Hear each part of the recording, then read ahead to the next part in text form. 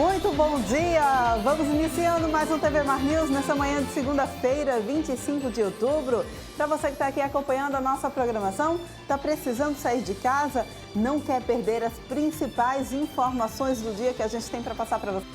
Então é só você baixar o aplicativo da TV Mar no teu celular e você vai ter toda a nossa programação na palma da tua mão. A gente também está passando ao vivo lá no portal Gazeta Web, o endereço você já conhece, né? Então acessa comigo www.gazetaweb.com. Você vai acompanhando toda a nossa programação ao vivo e vai se mantendo muito bem informado no maior e melhor portal aqui do nosso estado.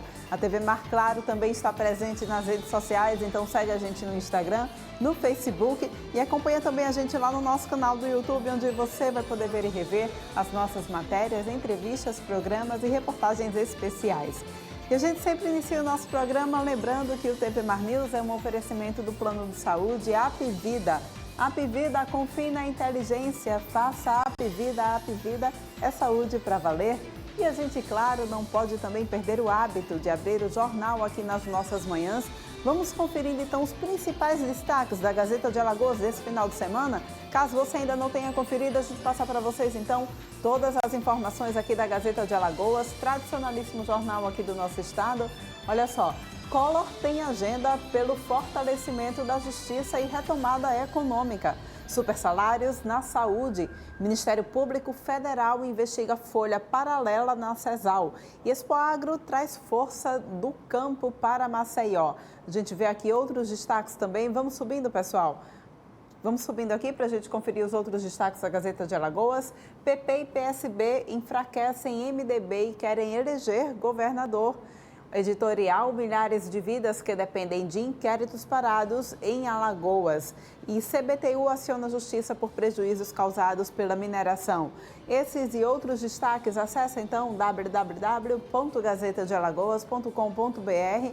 Você vai então poder se aprofundar nesses destaques que a gente leu aqui para vocês, tá?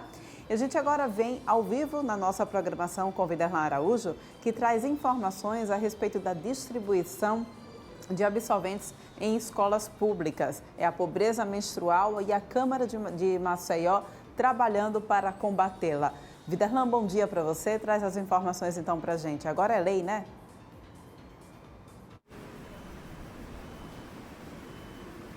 É isso mesmo, Porlane Santos, bom dia para você, ótima semana, bom dia para os telespectadores da TV Mais. Espero que o seu final de semana, Porlane, tenha sido tão bom quanto o meu e que vamos iniciar trazendo também ótimas notícias dentro de um assunto que é considerado sério, de extrema importância e de interesse público, quando estamos falando da pobreza menstrual. E a lei de fato foi promulgada, tem a participação também da Câmara de Vereadores, já que essa lei ela foi de autoria da vereadora Silvânia Barbosa, do PRTB, e foi publicada no Diário Oficial e assinada pelo presidente da Câmara, Galba Neto.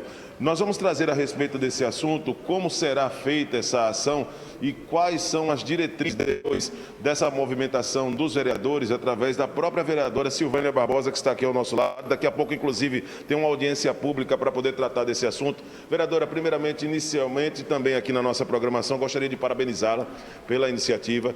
Não estamos tratando de um assunto simples, de um assunto complexo, e gostaria que a senhora falasse desse sentimento, agora que a lei foi promulgada pela Prefeitura Municipal de Maceió. Bom dia. Bom dia. Mais uma vez eu agradeço pela participação do programa de vocês e trazer a informação, principalmente informações de interesse da população. Nós sabemos que ultimamente estávamos debatendo muito sobre a pobreza menstrual, né? Então eu sentei com a minha equipe para fazer, por que não elaborar um projeto para que a prefeitura tomasse a frente dessa situação.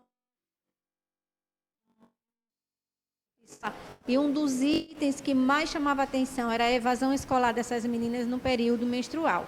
Só sabe o que é um ciclo menstrual quem menstrua. Então, a gente procurou investigar quais seriam esses motivos, o que era que elas achavam, como era que elas se procediam. E, pasmem, cada situação terrível, até o fato de algumas relatarem. Já usaram miolo de pão, já usaram saco plástico, já usaram palha de milho, já usaram saco de chão, enfim, eram pedaços de tecidos que elas às vezes rasgavam algum lençol, toalha, roupa velha para fazer usar. É um absurdo numa situação dessa, e onde também fomos procurar alguns especialistas, alguns ginecologistas, para que nos informassem sobre o mau uso, sobre essa questão da saúde pública, que é discutida, isso é saúde pública. E ele nos relatou que um dos grandes problemas nessas meninas de corrimento, de infecção, e poder até desenvolver um câncer de útero e de ovário em relação ao mau uso e o que elas usavam para conter esse fluxo menstrual. Muitas vezes ficavam com vergonha, não diziam às professoras, os orientadores. Foi quando eu apresentei o projeto e fiquei surpresa por ter sido vetado. Ele foi vetado, então a gente cumpriu todo o prazo para que a Câmara Municipal, o presidente Galba Neto, conversei com ele para que ele promulgasse o projeto. E aí foi publicado na última semana, né, onde o prefeito tem 120 dias. E eu tenho certeza que hoje o prefeito tem outra visão disso aí, né, a necessidade mesmo. É como se fosse distribuir anticoncepcional, um preservativo, está evitando dessas meninas ou dessas pessoas pegarem uma doença mais séria que irá custar muito mais para o município. E está sendo, inclusive, hoje discutido aqui uma audiência pública da minha colega Teca Nelma, né? Tem outros projetos aqui da Gabi Ronalça também, da Olívia Tenório. Então, todas nós vimos como iria melhorar esse projeto, aprimorando, trazendo mais outras alternativas que foi feito. O governador do estado, eu parabenizo aqui a iniciativa dele, já anunciou a distribuição desses absorventes, então, que as pessoas possam levar que a pobreza menstrual é questão de saúde pública. Agora, vereadora, depois de recolher tantas provas, ouvir tantos especialistas, como foi que a senhora recebeu a informação depois que o Executivo, num primeiro momento, acabou vetando esse projeto de lei? Eu acredito que não foi por má fé. Eu acho que realmente tem projetos que você tem que se debruçar e ver a essência dele. Quando eu apresentei o projeto, já existia uma discussão, mas não tão como aqui no nosso município. A partir do momento que eu apresentei o meu projeto, foi que vieram essas discussões e vieram chamar mais atenção. Alguns especialistas começaram a se manifestar, até porque teve municípios que apresentou o mesmo projeto, que conversou comigo e, pasmem, foram projetos que foram derrubados, que não foram vistos com outros olhos, né? E a gente tem que acabar com essa situação, porque quem é situação a gente aprova, quem é oposição não aprova, de jeito nenhum. Nós somos eleitos para que a gente possa trazer a melhoria para o cidadão, a sociedade em geral, independente de qualquer coisa. A gente vê a essência, o que é que esse projeto favorece. E a gente pode ter certeza disso. Vocês não têm noção, os depoimentos que nós tivemos de uso de cada coisa que a gente nem acredita para conter esse fluxo menstrual. Agora, vereadora, é um problema de saúde pública, isso é fato. Nós estamos falando de um problema de saúde pública. A respeito dos próximos passos, depois da lei ter sido promulgada e que o prazo já foi estabelecido para a Prefeitura Municipal de Maceió, como a senhora pretende acompanhar todo esse processo de distribuição, como será feita também essa logística? Os vereadores pretendem também participar, as vereadoras também, na montagem dessa logística também para facilitar para o cidadão, para aquela menina, aquela garota, estudante de baixa renda também participar e ter direito a esse benefício? Com certeza. Outra novidade, né? Eu até publiquei nas minhas redes sociais e eu fiquei muito feliz quando o presidente nacional da Cruz Vermelha anunciou que iria doar 13 mil pacotes de absorvente. Então, eu conversei com ele, inclusive conversei com algumas vereadoras aqui. Eu estou aguardando que as outras 3 vereadoras, os projetos delas, já sejam ou promulgados ou sejam sancionados. Cumpra o prazo para que nós 4 juntas possamos ir atrás desse pontapé inicial dessa doação de absorventes. É importante que a bancada feminina dessa casa não veja esse tipo de projeto individualmente, que a gente veja no coletivo. Nós somos mulheres, nós sabemos qual é a necessidade e a dificuldade dessa classe que não tem condições. Um pacote de absorvente chega a ser R$ 8. Nem todo, e isso é todo mês. E tem meninas que têm um fluxo muito diferenciado, que usam até mais de um pacote. Então, elas não têm realmente condição, como tiveram alguns relatos de algumas que até choraram para a gente falando, eu nunca usei um absorvente. Foi o que mais me deixou constrangida, olhar para a gente e falar, eu só conheço porque eu vi, mas eu nunca cheguei a usar. E eu perguntava por quê? Porque eu não tenho condições, a minha mãe não tem condições de comprar. Então, chocou muito essa realidade que nós tivemos. Nós não quisemos expor a menina, que relatou isso para minha pessoa, mas foi o que me deixou mais determinada para lutar para que esse projeto realmente ele seja executado mais. A gente vai cumprir esse prazo e vamos na prefeitura para que o prefeito possa ver e dar celeridade para que essa lei seja cumprida. E junto com as outras 3 vereadoras, não é só da vereadora Silvana Barbosa, porque como as 3 também se interessaram, então é importante que nós 4 possamos lutar junto e ver essa realidade, esse fato ser realidade e acontecer. E a gente ter o prazer de ir numa escola e dizer, a partir de hoje você vai ter acesso ao absorvente. Sabemos, vereadora, que existe uma predominância ainda masculina nas 3 esferas, no judiciário, no legislativo e no executivo. Como cobrar uma participação maior da classe, dos homens, principalmente em campanhas como essa, que se trata, na verdade, de um assunto de saúde pública e não simplesmente de campanhas, por exemplo, que como a senhora está colocando aqui nessa entrevista? Olha, eu fiquei feliz demais porque quando eu tive esse projeto vetado, antes de eu colocar do veto ser colocado em pauta no plenário, eu conversei com todos os vereadores.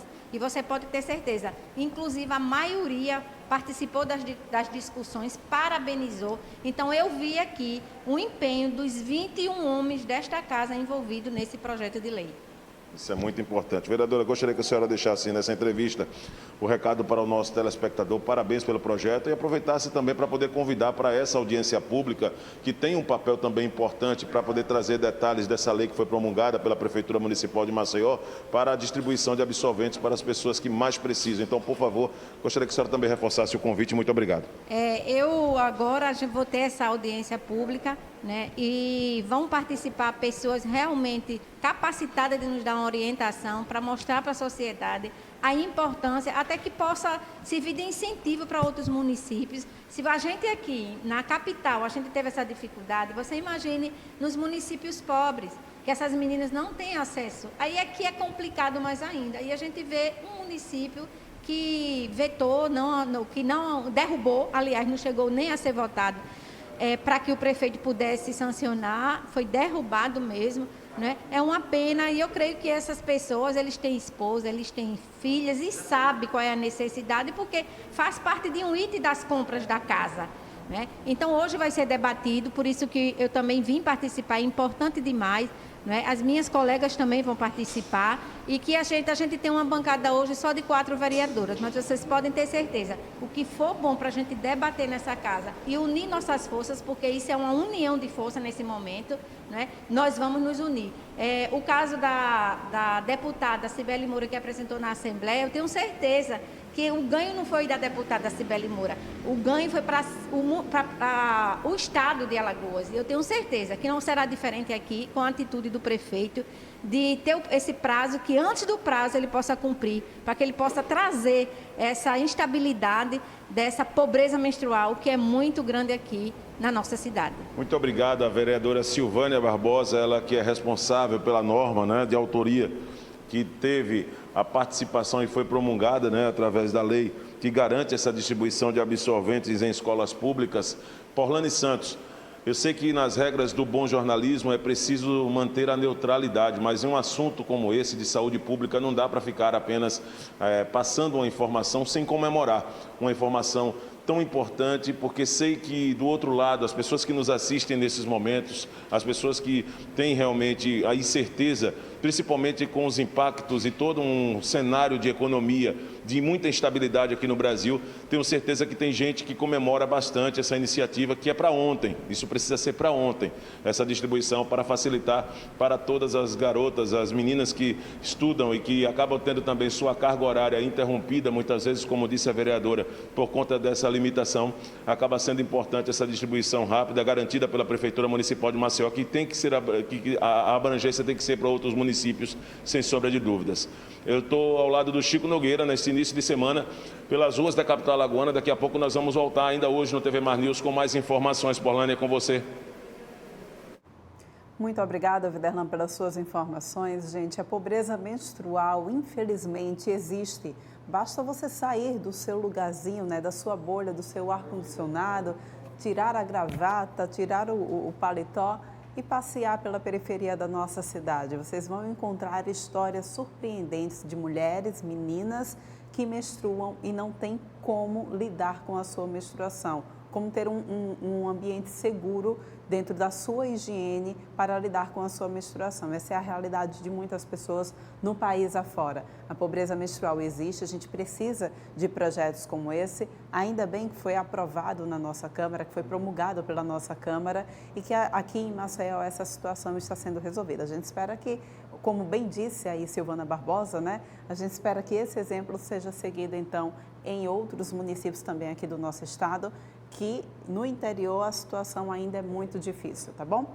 E olha só, a gente fala também sobre traz informações para vocês bem interessantes, né? Sobre a proibição de despejo em imóveis que segue até o final desse ano. Quem traz mais detalhes para a gente agora? Fernando Palmeira. E a pandemia trouxe graves problemas econômicos, inclusive refletindo nos contratos de aluguéis. Estão proibidos os despejos, o afastamento de empresários e também de famílias que vivem na condição de locatárias. Nós estamos aqui no primeiro juizado especial da capital, que fica no bairro de Ponta Verde, para conversar com a titular desse juizado, a juíza Maria Verônica Correia, e ela nos fala sobre a importância dessa legislação protetiva para esses hipossuficientes. Boa tarde. Essa legislação é uma legislação realmente de grande importância para as pessoas que hoje estão na condição de vulnerabilidade, porque impede que elas sejam despejadas dos imóveis onde elas habitam, justamente por falta de condição de pagamento. A única exceção é quando o imóvel for o único bem do locador. E se ele comprovar que fora aquele imóvel, ele só tem mais um imóvel onde ele resida e que justamente aquele aluguel seja para fazer face às suas despesas pessoais e familiares, fica isento. Nos demais casos, não.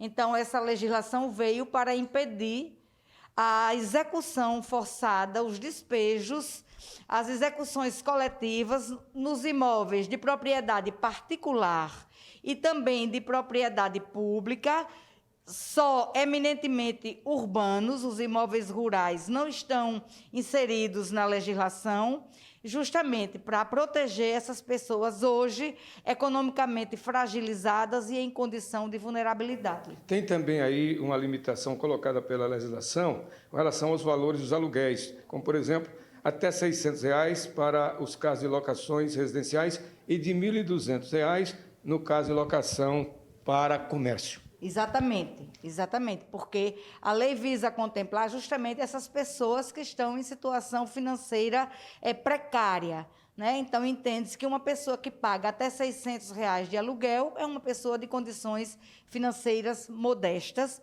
seja no seu aluguel residencial, R$ 1.200 num ponto comercial, que também a gente entende ser um ponto modesto, não é um aluguel de grande monta. O nosso Código de Processo Civil, não é de agora, que sempre dá e exige prioridade para o diálogo, para a negociação. E hoje, mais do que nunca, os trâmites do nosso Poder Judiciário dão muito ênfase a esses diálogos. Isso é importante até extrajudicialmente, não é?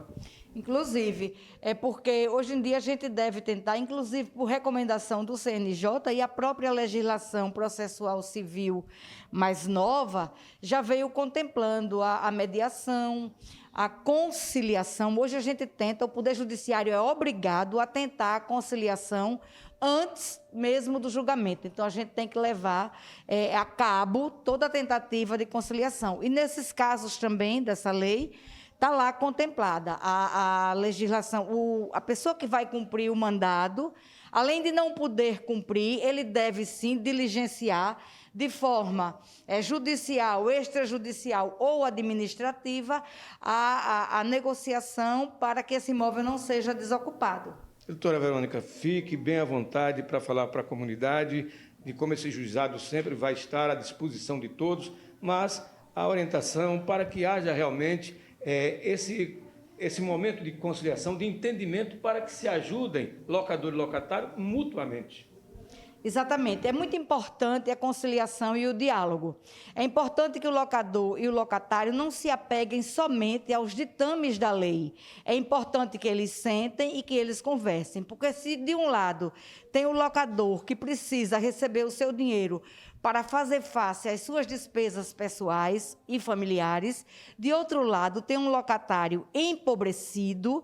Tudo isso por conta da Covid-19, né, que foi uma pandemia de proporções mundiais, que, de certa forma, revolucionou para pior a nossa economia, e isso deixou algumas pessoas economicamente mais pobres, e, com isso, elas também não têm o direito ou o dinheiro para fazer face a essas despesas. Então, é importante, porque se o locador precisa receber, do outro lado tem um locatário que não vai poder pagar. É importante sentar, conversar e encontrar uma solução viável para ambas as partes. Porém, se assim não for, se assim não for, fica de já dito que é impossível fazer esse despejo até o mês de dezembro de 2021. Muito obrigado, doutora Verônica. Parabéns por essa iniciativa de estar dando a você, jurisdicionado, todas essas informações que são por demais importantes. O diálogo, a necessidade do entendimento, porque, afinal de contas, locador e locatário têm que se entender, porque o contrato é importante para todos os lados. Judicializar seria uma última condição. Então, é importante todas essas orientações dadas aqui, porque, afinal de contas, o diálogo é de suma importância, mesmo que a legislação tenha aí um período pré-estabelecido para que haja, então, se pensar em algum questionamento dentro ou diante do judiciário. Com as imagens do Chico Nogueira, aqui do primeiro juizado especial da capital em Ponta Verde, Fernando Palmeira, para a TV Mar, da organização Arthur de Mello, canal 525 NET. Claro. Pronto, é até o final do ano, tá bom, gente? A gente vai agora para um rápido intervalo, mas volta daqui a pouquinho trazendo mais informações para vocês. Não sai daí.